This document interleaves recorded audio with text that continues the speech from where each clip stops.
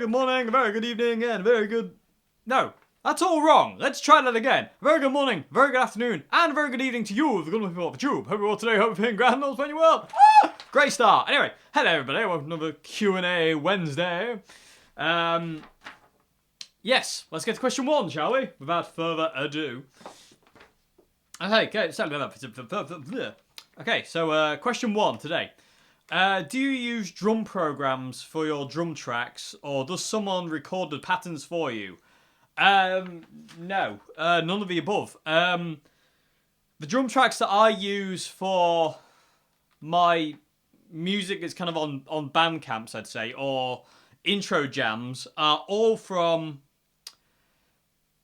my Zoom drum machine, which I call Keith. Don't know why, he just ended up being called Keith.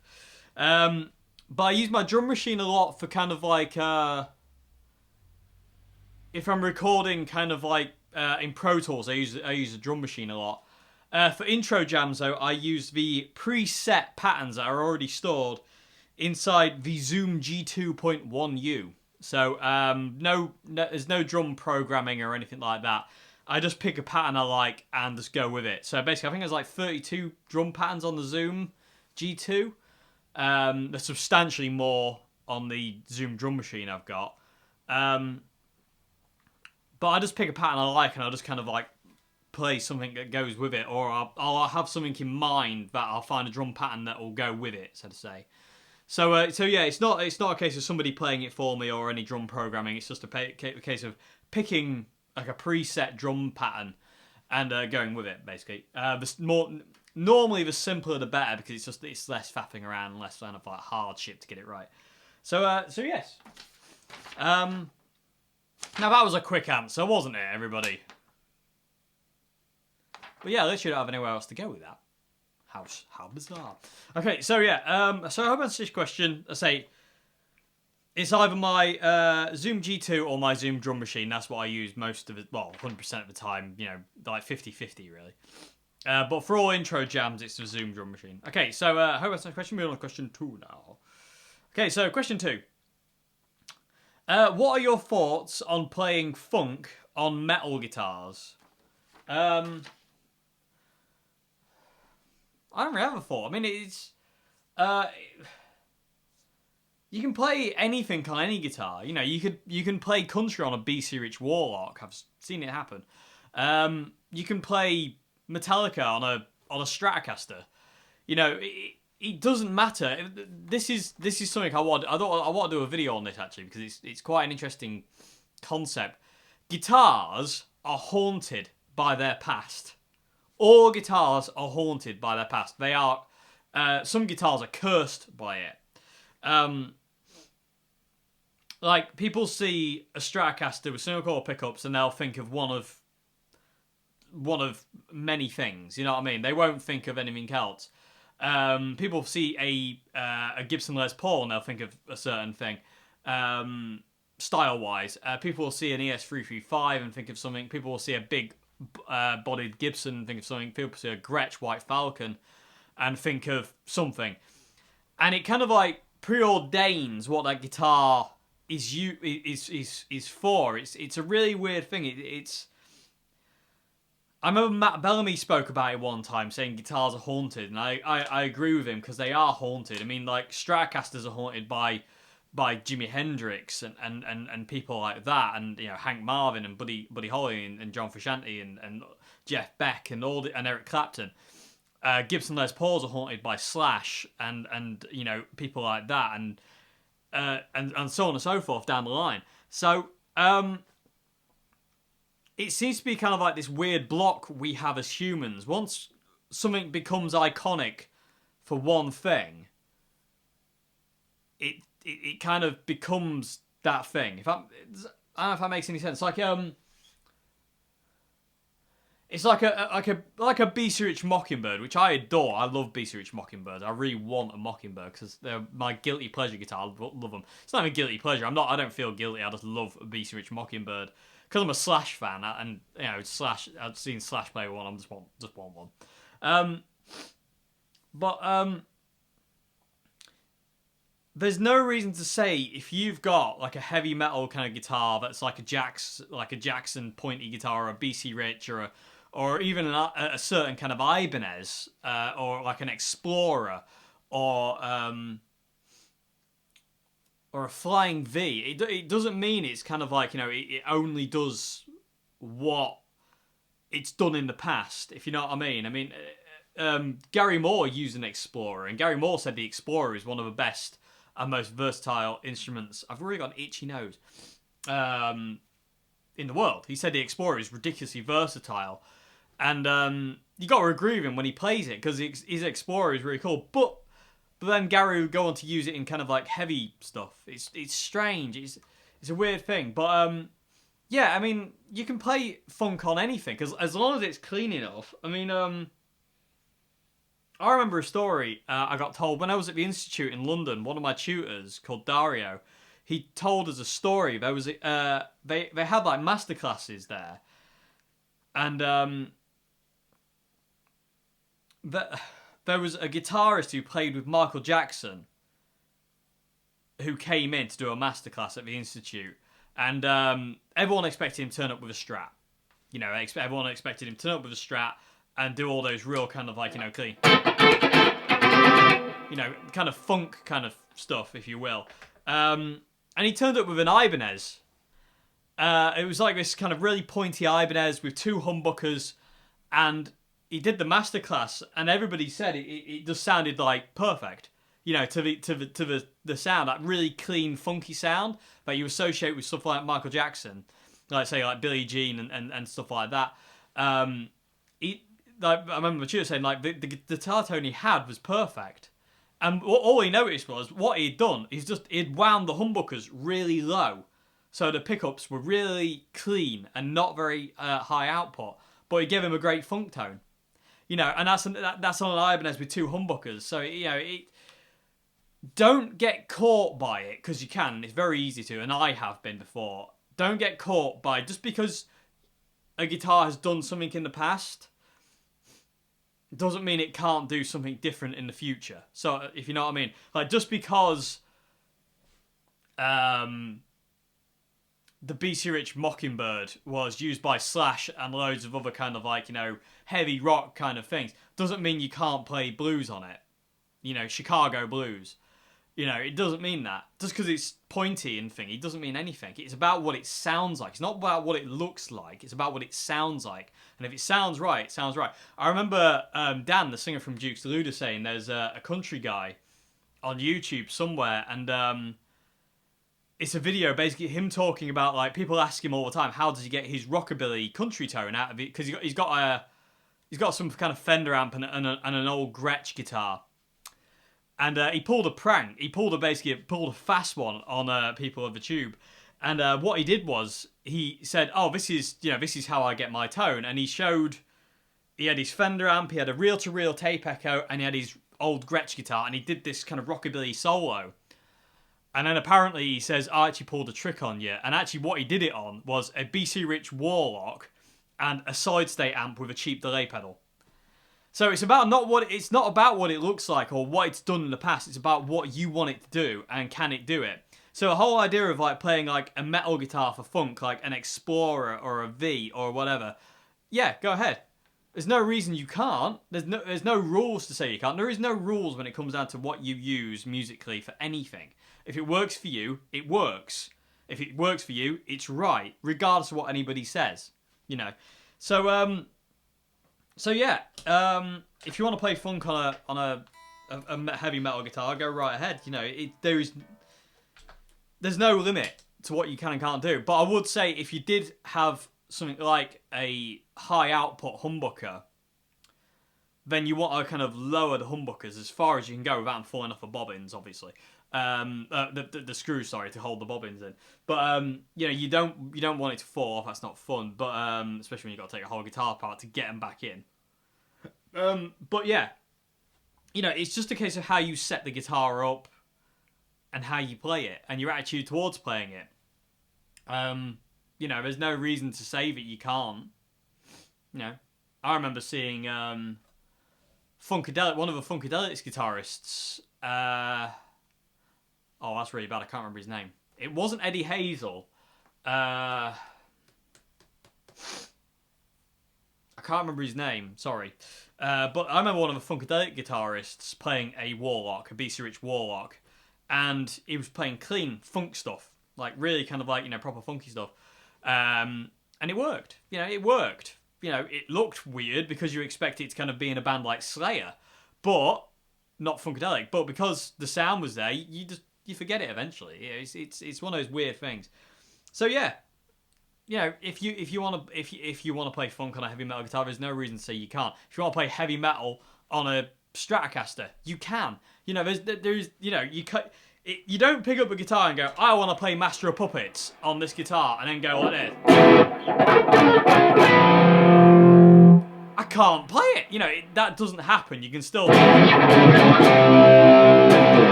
In my case, I can't because this plectrum's way too hard and it's got no flex whatsoever to it, and I can't do it. Let's go for a flexy play.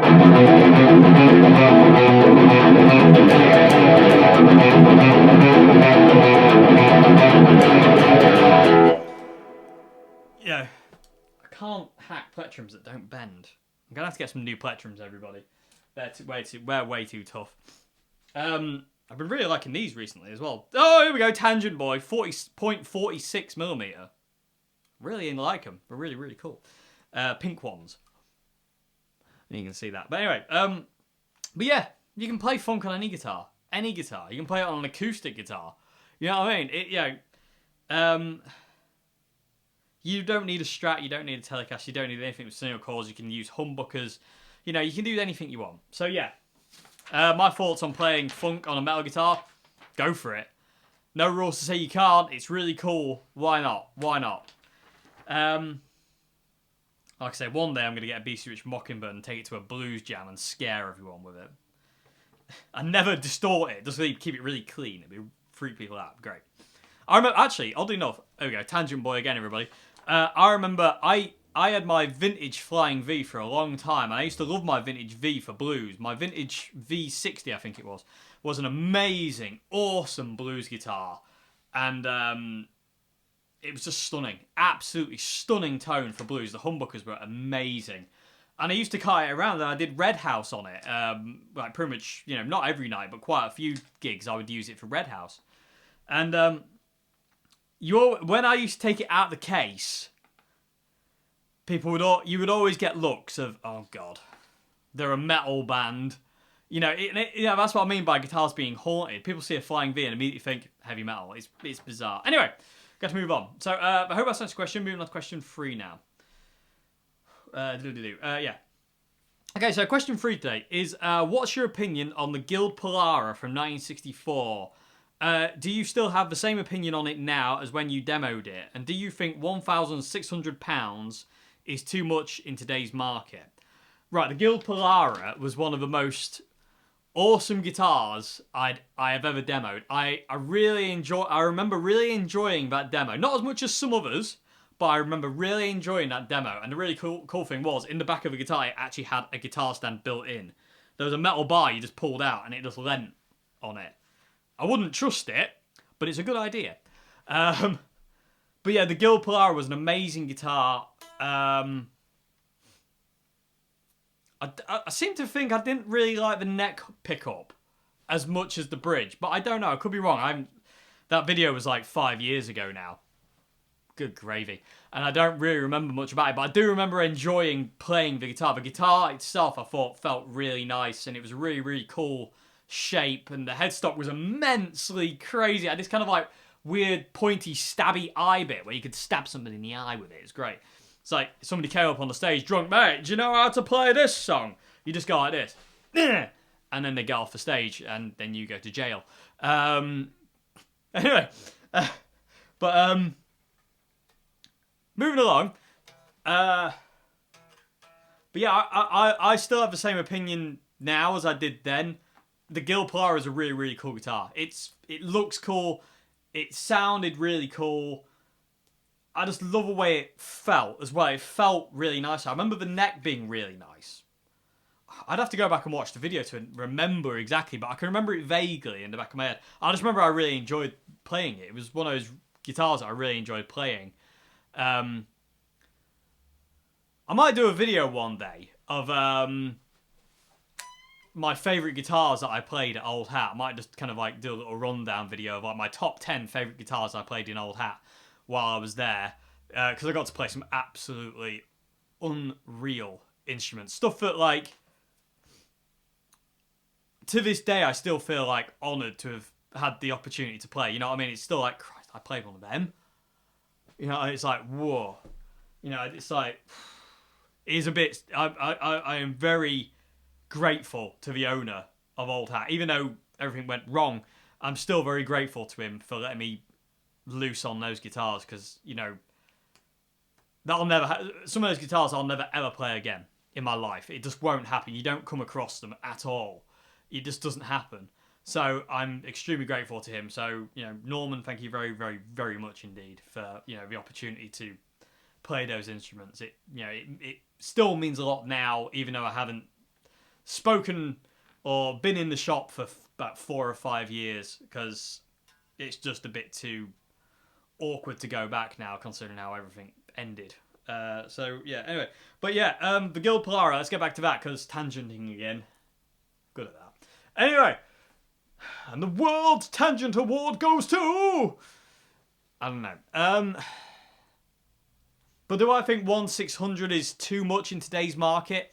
I don't know. It depends on the instrument. The thing is, when you're buying a vintage instrument like that, you're buying the history of the instrument. You're not necessarily just buying a guitar. You're not buying a piece of wood with wires and strings. You're buying the whole history of the guitar. They're historical instruments. You know, any old guitar, you know, is a historical instrument, and as a historical relic, if you will, you know, these things do demand a certain kind of price bracket because of what they are, and the fact of how they were made, and the fact they're not made that anymore. There's all sorts of mad factors into kind of like, you know, why things cost the way they do. Why does a 59 Gibson Les Paul cost £250,000 to £500,000? You know, you can buy several houses, but you can't. But, you know, that's a pretty good, yeah, if you've got £500,000 to live off, you know, or spare change to buy a guitar with, you know, you're not doing too bad, are you? Or 250,000 or anything like that, you're not doing too bad. But I don't really know. I mean, the thing is, I'm not really that clued up on the vintage guitar market anymore. I haven't been for a while, because I know what certain things are worth. Obviously, having worked in a vintage guitar shop, I got a lot of experience in that. But because I haven't kept up on it really, because I don't work there anymore, I don't know. Because I remember that one was about, the Guild Polara I tried was about that price at that time. Or was it less? I don't know. I seem to remember it being in the thousands. Whether it was 1/600, I don't know. I really don't remember really. But I mean, the thing is, it's a weird thing. Here's another lesson I learned off Norman, and it's a very, very cool lesson about vintage guitars and guitars in general, and anything in general.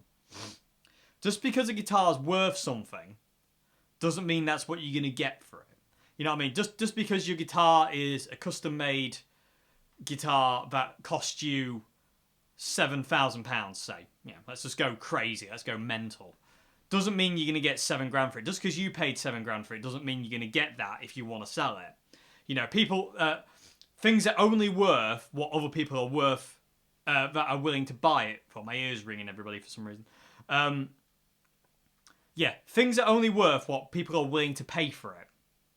You know what I mean? So just because your guitar's worth whatever doesn't mean you're going to get that. And there was a few times in Old Hat we got people bringing in custom-made guitars that were like, yeah, really cool guitars. Really, really cool guitars. But these people would come in with the idea of, oh, it cost me X amount. I should get X amount and probably more back because it's older now. And it's like, no. You know, because it's a custom guitar for you. And because it's made for you to your specs, it doesn't necessarily mean that, you know, you've got to wait for the right person to come in and buy it then, because it's custom. It's not like a Stratocaster where anyone can pick it up and immediately it works. It's not like a Telecaster or a Les Paul. You know, a custom built guitar to your specifications, like body shape, neck shape, frets, pickups, all that lot. It becomes very customized, and then it becomes an issue to sell. You know, and because it's an issue to sell, you have to put it at a really sensible price bracket. You can't really go crazy with it. You can't go, well, it cost me, like I say, you say it cost you $4,500, you can't put it up for $6,000. You know, you're not going to get that. You know, you'd have to go maybe $2,000 or even less to get it shifted. You know, it's one of those weird things. You're always going to lose money, and that's just the way it is, unless it's something like a Guild Polara or a really old guitar or a Gibson Les Paul from 1959 or 1960 or 58 or whatever. You know what I mean? Or an old Fender.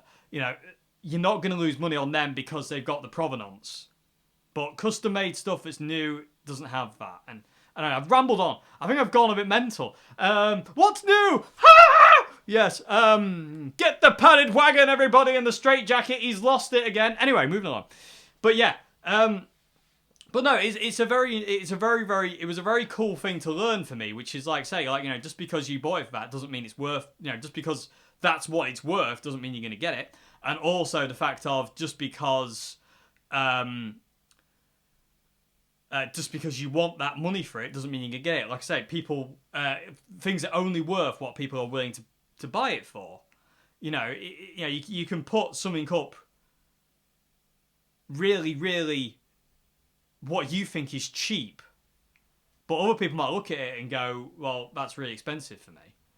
You know, it's a strange thing.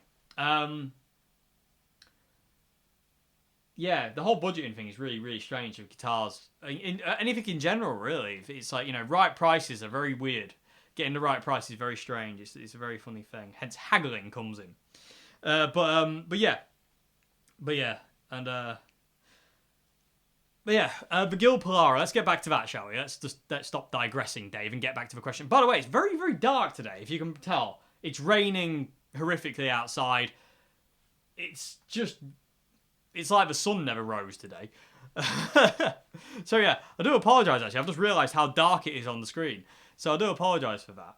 I thought it was a lot brighter than it was. I'll tell you what, hang on.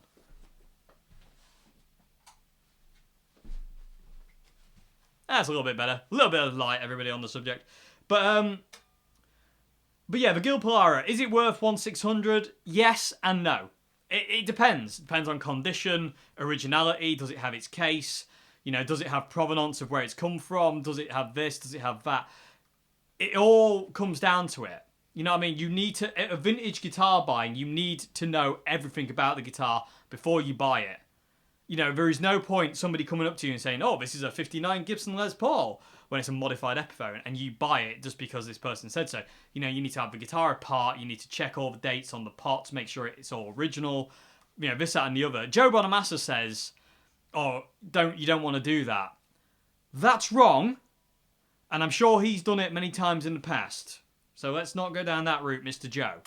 But, you know, if you're not sure, but you really want an instrument, you know, and you can afford to buy it, and you really want it because, you know, it really talks to you, but you're not sure about it, you know, have it apart. And if a person says, you're not taking it apart, what are they hiding? You know what I mean? It's like, what am I going to find if I take this apart that you don't want me to find?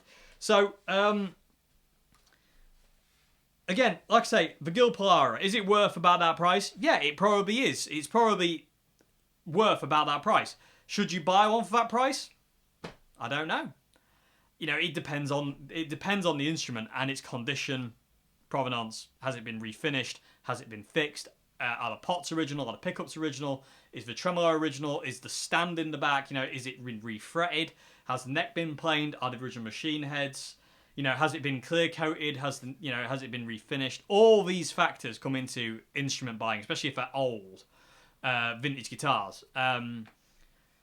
Vintage guitar buying is an absolute minefield of things you've got to look for on an instrument before you buy it. You know, you've really got to be sure 100% of what you're buying before you buy it, because there's so many really good fakes out there, and I've seen a lot of fakes. that are very, very good. Like, way, that's a bit close for its own good, but there are some giveaway telltale points like, that's not what it is. So yeah, if you're not sure, have the guitar apart, do your research, make sure you know everything about that instrument before you buy it. But is the Guild... Go back to the Guild Polara. But yeah, is it worth how much? Probably, yeah. Its estimated value is probably about 1/600 because of its age and what it is. But does it mean it's worth that much? That's to you. That's up to you. If you don't want to pay that much for one, then don't pay that much for one. It's all subjective. If somebody says, "Oh, got this guitar here, I'll sell it to you for X amount," but you don't want to pay that, then you don't buy it. It's that kind of thing. Anyway, I think I've waffled on about that enough. I've got other questions to do today, so I'm going to have to move on. But I hope I answered this question. It's not really an answer, and I do apologise. But yeah, I do still love a Guild Polara. It's still one of my kind of like top guitars that I played at Old Hat. It was really good fun. I remember playing it still. I can still feel how it felt. It had a very kind of unique feel and sound to it, which is very, very cool. And it's single coil pickups as well, which is very, very cool. Okay, so I hope I answered your question. I'm going to move on to question 4 now. Question 4 is how can I keep better focused on learning songs and remembering them? You mentioned you got ADHD, so I'm not 100%, but the brain works on repetition. The more you do things, the more your brain will remember. So you just have to keep doing it over and over again. All learning a skill is doing it over, learning guitar, learning to ride a bike, learning to drive, learning this. What it is, it's all the same thing. It's doing it over and over and over and over again until it becomes second nature, and you just immediately go, I can do this. You know what I mean? And you remember things. They stick in your head. The moment you learn something and then don't use it, you forget it. Which is why I always say when it comes down to musical theory, if you don't think you're ever going to use the Super Locrian mode, don't learn it and don't learn what it does. Because what's the point? If you're never going to use it and you're just going to forget it, what's the point in learning it in the first place? If you're never going to use it, there is no point. So you've got to be careful what you learn, what you don't learn. But everything is about repetition with an instrument. You need to just go over things and over things and over things and over things, and you will then learn through repetition. And you'll also learn through failure. Messing up on the guitar is the best lesson you can ever have on guitar. If you're playing along to a song, and then you go, oh, messed up, you won't do it again. You'll learn which one you went wrong on, and then you'll correct it. That seems really loud today. But yeah, you'll learn where you went wrong, and you'll correct it accordingly. So accepting failure, which is just like the number one lesson. If you want to be a musician, accept failure at all costs, because you're going to fail a million times at learning an instrument and getting anywhere with an instrument before you get anywhere with an instrument. You're going to fail, but every time you fail, you get better. It's one more step up the ladder. You don't get... if your ladder's like and you're there, when you fail at something, you don't come down the ladder. It's one more step up because you've learned what not to do, and your brain will remember. As for learning songs and stuff like that, it is a case of repetition. You have to keep going over and over and over and over and over it. You can't just go, oh, this is the chord progression of my song. I know that song now. I don't have to worry about it ever again. That's not going to happen. Yeah, you really need to be able to... It's just a case of just sitting down and going through an entire song. I always say, never learn just a riff. Learn the song in its entirety. It's all well and good, going like... Oh,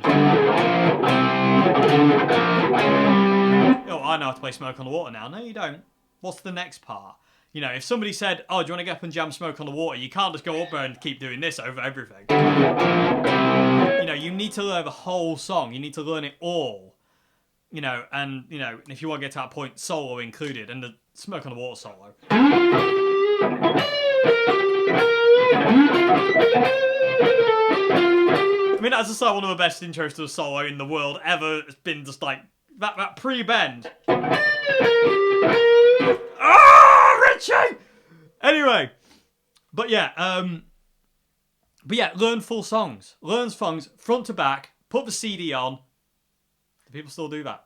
I feel old when I say that because I feel that like people don't really play along to CDs anymore. I feel people like either go on YouTube or play along on that, but I still play along to CDs. But put whatever it is on. Put the song on in whatever format you have, and literally play through the whole thing front to back, and then do it again, and then do it again, and then tomorrow do it again, and the next day do it again, and next week at the same time do it again.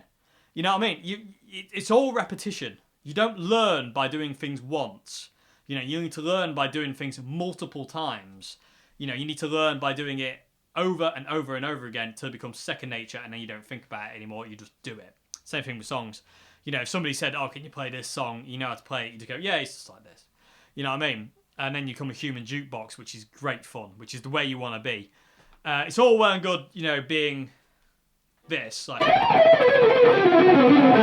you know, the technical whiz. But if somebody says, you know, "Can you play Wonderwall?" and you go, "Oh no, but I can shred," people are just gonna like be like, "Well, that's not good," because Wonderwall can get people going a lot more than shredding. That.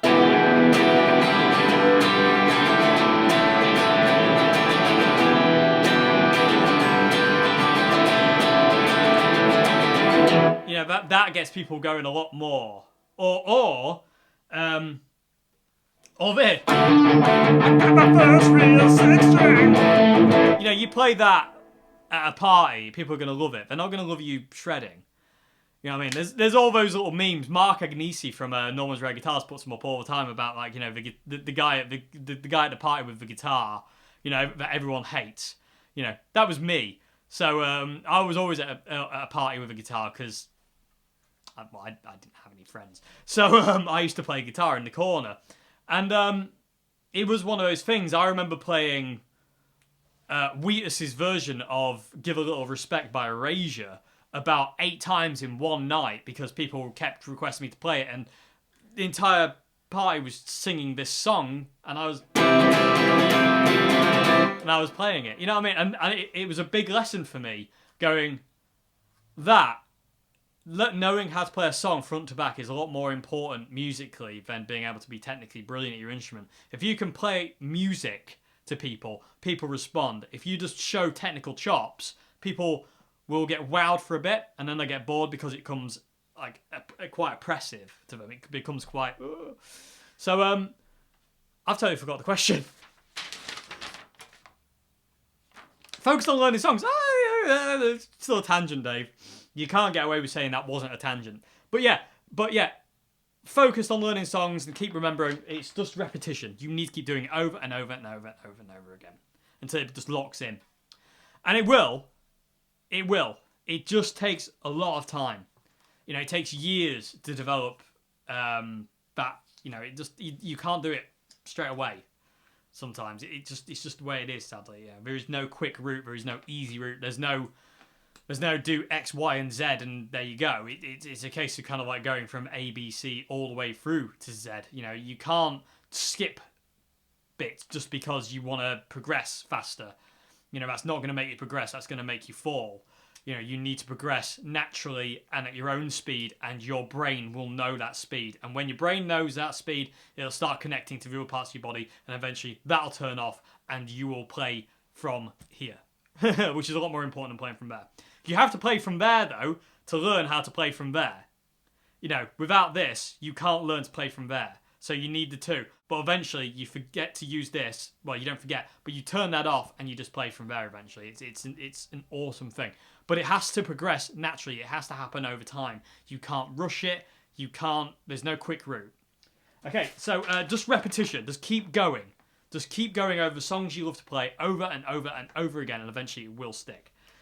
Okay, so moving on to question 5 now. Question 5.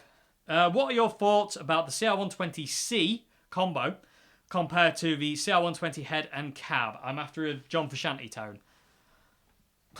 I don't know. I mean,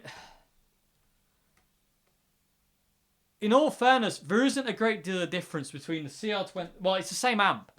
You know what I mean? It's the same. It's just not in a head. The CR120c is just in a 2x12 enclosure. It's just in one thing instead of two separate things. So, yeah,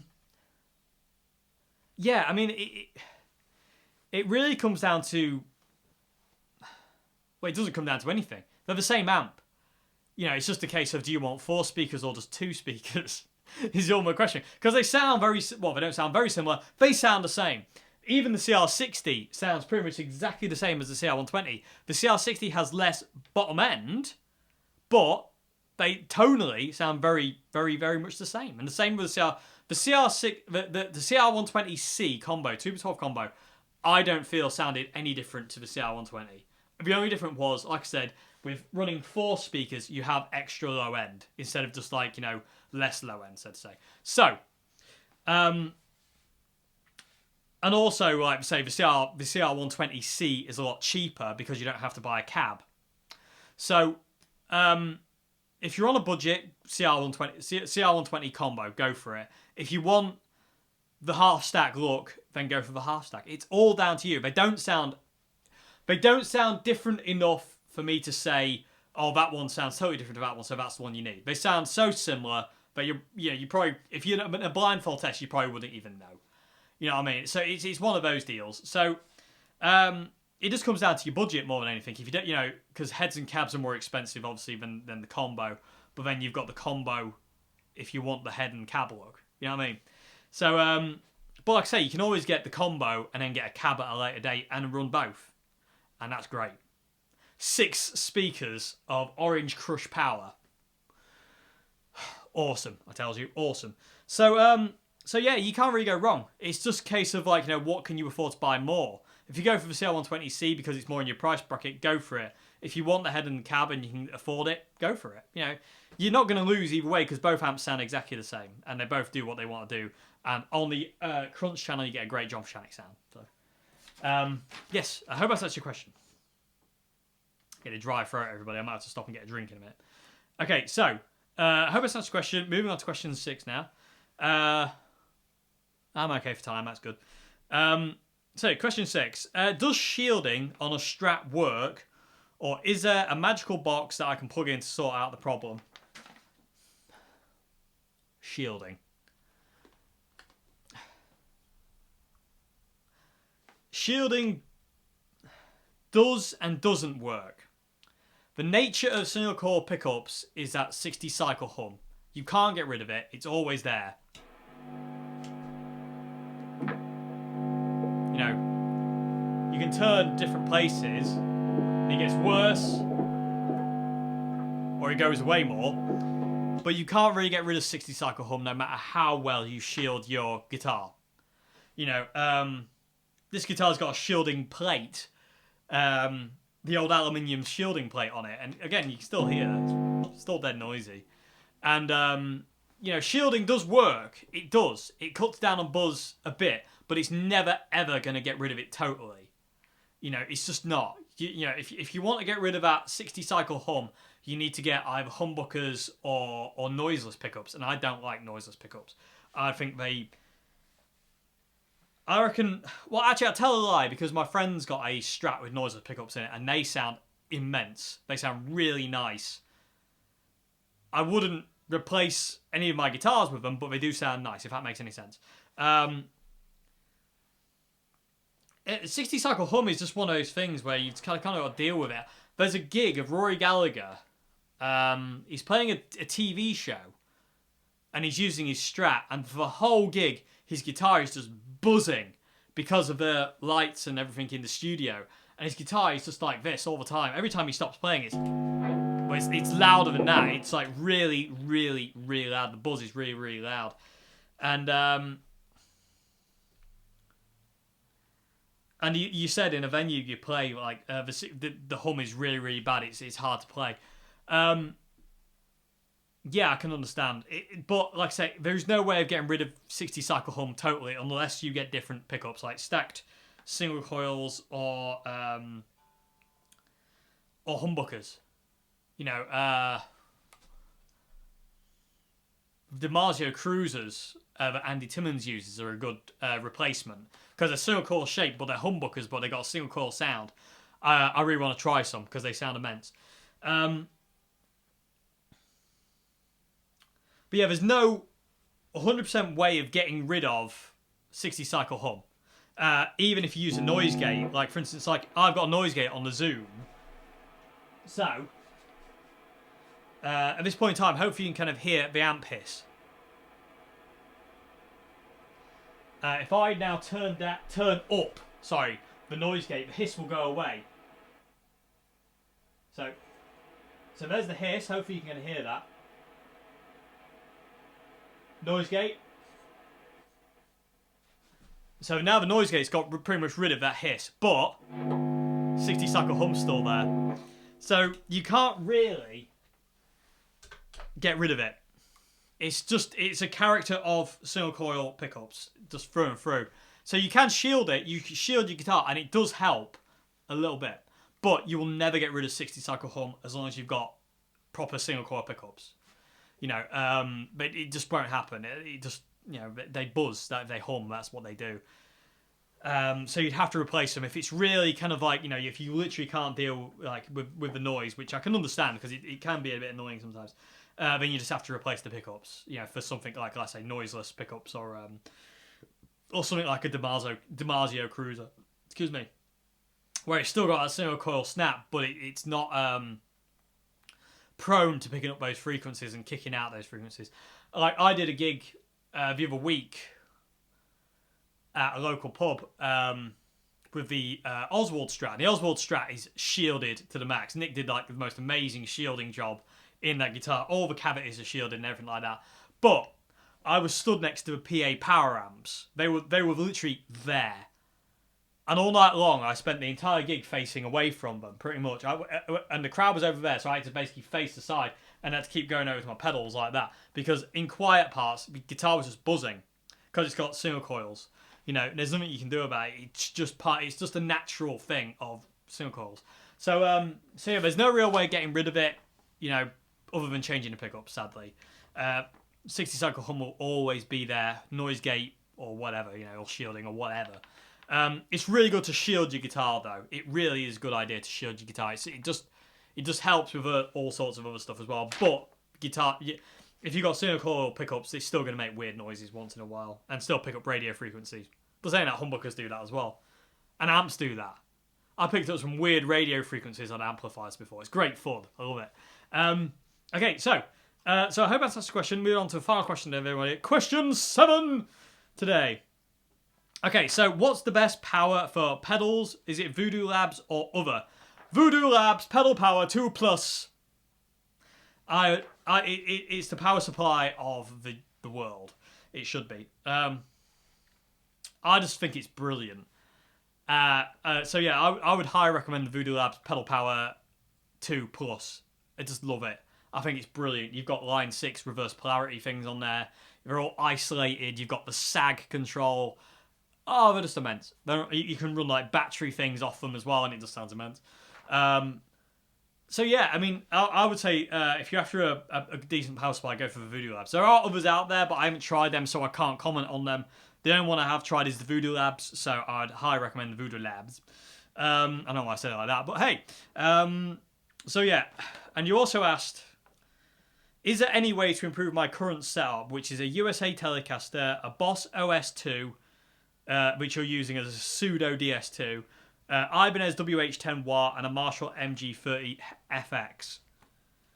I mean, is there any way? Any way to improve? I don't know. I can't think of anything. I mean, it's a very small setup, so you know, there's no real way I can think of rearranging those other things other than putting like the Boss OS on the other side of the Ibanez. But if you want that kind of John Frusciante thing, it has to be on that side. But I don't know. I mean, I'm personally not a fan of the FX, the MG FX at all. I mean, there's one. Well, Josie's through there. I've relegated it. But I don't really like those amps. I don't like the new MGs at all. I do want to try the new MG Gold, but all the videos I've seen like make me go, I don't actually want to try it because I don't think I'm going to like it. I can't think of really any way to get that better other than kind of like say, but like I say, I'm not a fan of an amp, but you know, that's not to say it's a bad amp. It's, you know, it's just I just don't like it. I don't get on with it. It doesn't mean it's a bad amp and you should go out and immediately and change it just because I said so. Don't do that. Don't do that. If you like it, wicked. It doesn't matter what I think. It doesn't matter what anybody thinks. If you like it and it works for you, then that's all that matters. You know. But yeah, I can't really think of any way you can improve current setup. I mean, that's a pretty cool setup. As you know, a Marshall amp into a wah pedal into a VOS into a Telecaster. I mean, it's pretty good. Sounds pretty good to me. Yeah.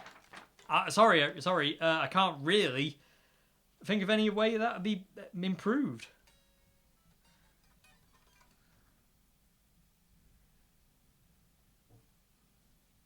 What's that noise? Anyway, is that the wind?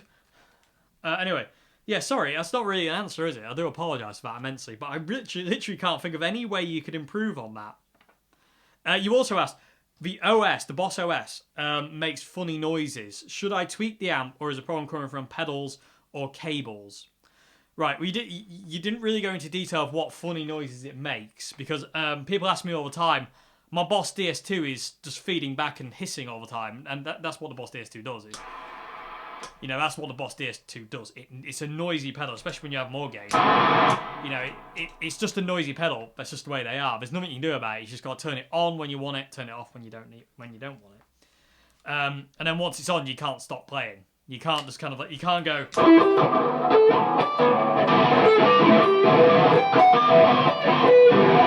You know, you can't do that. You have to keep playing. It has to flow. Which I like very much. I don't like staccato playing. I like it to do that.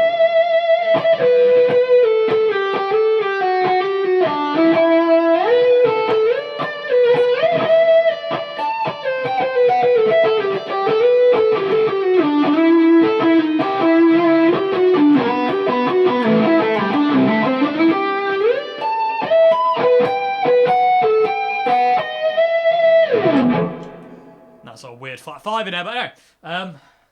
Yes. Funny noises could be just the pedal, and it's just the way it is. Especially if you've got it cranked. Distortion pedals make noisy things when they're cranked. Could be your leads, depending on the quality of the leads. Cheap leads and cheap patch leads tend to buzz and make crackly noises and fizz. So it's always worth buying really good quality leads that are nice and quiet. It could be your power supply as well, depending on how you're running your pedals. If you're running on batteries, if a battery's dying, it could be making it behave weirdly. Normally batteries are quite good for pedals though. They normally run quite quiet. Pedals normally run really quiet. A lot quieter with batteries than they do with supplies normally. But yeah, check your leads. If they're budget leads, then yeah, maybe kind of up get some decent kind of patch leads and some really good kind of leads. And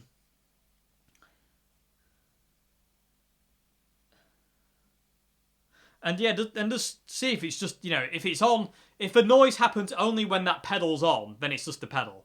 You know, if the noise happens when you turn it on, and when you turn it off, it goes away, then it's just the pedal. It's not really, you know, anything you can do about it. It's just the nature of that pedal. It's the nature of a beast, if you will. So yeah, just process elimination really. Try your leads, and if they are cheap, it might be worth go out and ow my elbow. It might be worth going out and buying some you know, better cables that are a bit more kind of like robust and a bit more kind of like, you know, durable. You know, and a bit better at noise cancelling as well, and like so the signal's a bit cleaner. But if you turn it on, it only happens when the pedal's on. Then it's just the nature of a pedal, and it's just a pedal, and there's not much you can do about it. So sadly, so yeah. Anyway, I think that's it, everybody. Yes, that's it, everybody. So yeah, I hope that's answered your question. I hope I answered all your questions okay today, everybody. I hope it's I don't know. There's the fear that I'm always worried that I've totally ruined the Q&A. But hopefully, I hope you enjoyed this video, everybody. I hope you enjoyed the Q&A. And there's nothing I forgot to cover. So, yeah, I hope answer questions okay, everybody. I do apologise immensely if I haven't answered very well. I do apologise. I'm sorry. But hopefully there's something in there you can kind of like take away. So, yes. So thank you very much, everybody, for watching. And I will see you again on Friday for an acoustic guitar demo, everybody. I know. Have I ever demoed an acoustic? I have demoed a few acoustics, but not very often. I'm very rarely demoing acoustics. So I've got an acoustic guitar to demo for you, everybody. I'm really looking forward to it, actually, because I haven't done it, really, on this channel. Because I'm an electric guitar guy. I don't really like playing acoustic guitar, because I like effects. So, but yeah, quite looking forward to it, I've got to say. It's a bit of a change. So, yes, acoustic guitar demo on Friday, everybody. And yeah, I'll see you then. Have a great morning, afternoon, and a very good evening. And yes, goodbye now.